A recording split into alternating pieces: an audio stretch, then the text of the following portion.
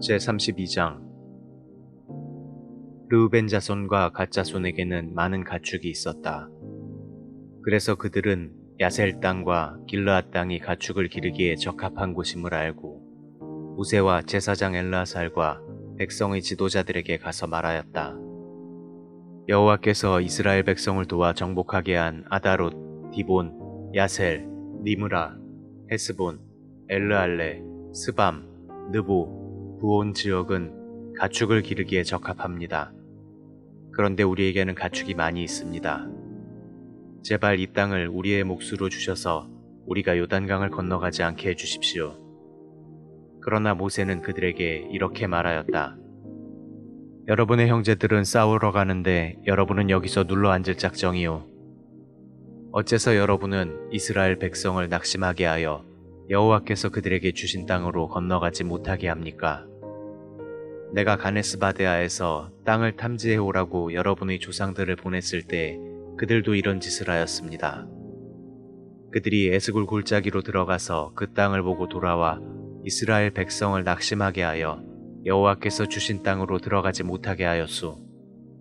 그래서 여호와께서는 이스라엘 백성에게 분노하시며 이렇게 맹세하셨소.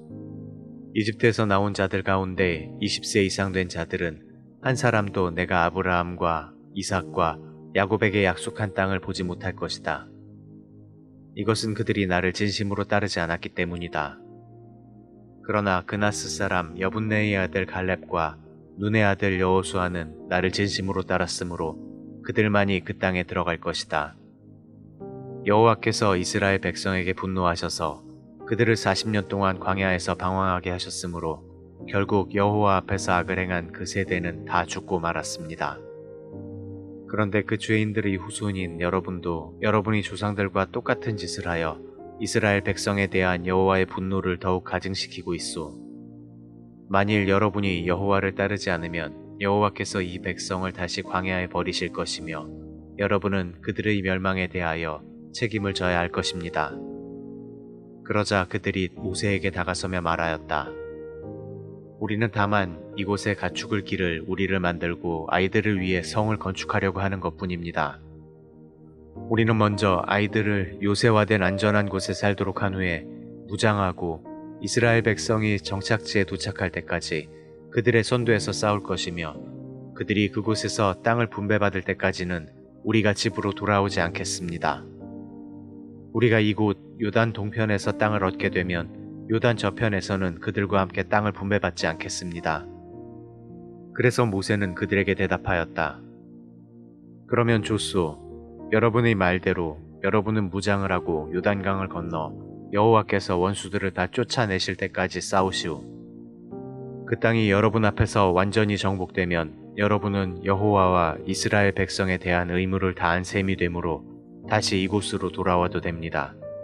그리고 이 땅은 여호와께서 인정하시는 여러분의 소유가 될 것입니다. 그러나 만일 여러분이 이렇게 하지 않으면 여러분은 여호와께 죄를 범한 것이 되어 그 죄의 대가를 치러야 할 것입니다. 이제 여러분은 가서 여러분의 아이들을 위해 성을 건축하고 가축을 기를 우리를 만드시오. 그러나 여러분은 약속한 것을 반드시 이행해야 합니다. 그러자 갓 자손과 르우벤 자손이 모세에게 말하였다. 우리가 당신의 명령대로 하겠습니다. 우리 처자와 양떼와 모든 가축은 이곳 길르앗 여러 성에 두고 우리는 당신의 말씀대로 무장하고 요단강을 건너가 여호와를 위해 싸우겠습니다. 그래서 모세는 제사장 엘르아살과 눈의 아들 여호수아와 이스라엘의 지도자들에게 이렇게 지시하였다.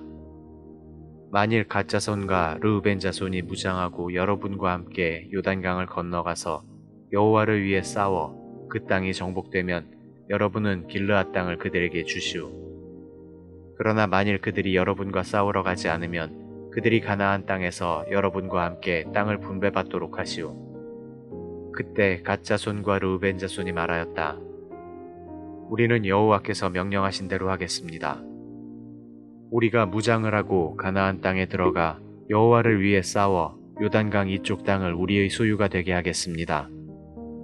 그래서 모세는 갓 자손과 르우벤 자손과 므낫세 지파 절반에게 아모리인의 왕 시온의 영토와 바산 왕 옥의 영토와 그 성들을 주었다.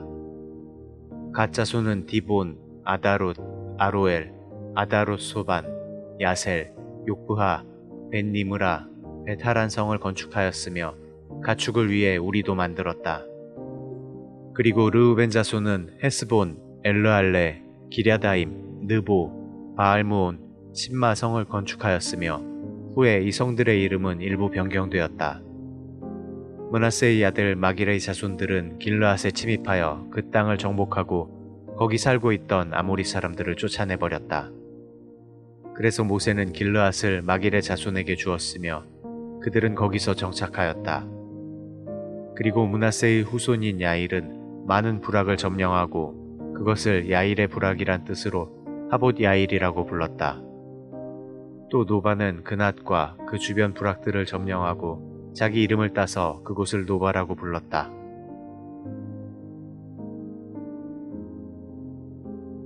제33장 이것은 이스라엘 백성이 모세와 아론의 인소라에 이집트를 떠나온 여정이다.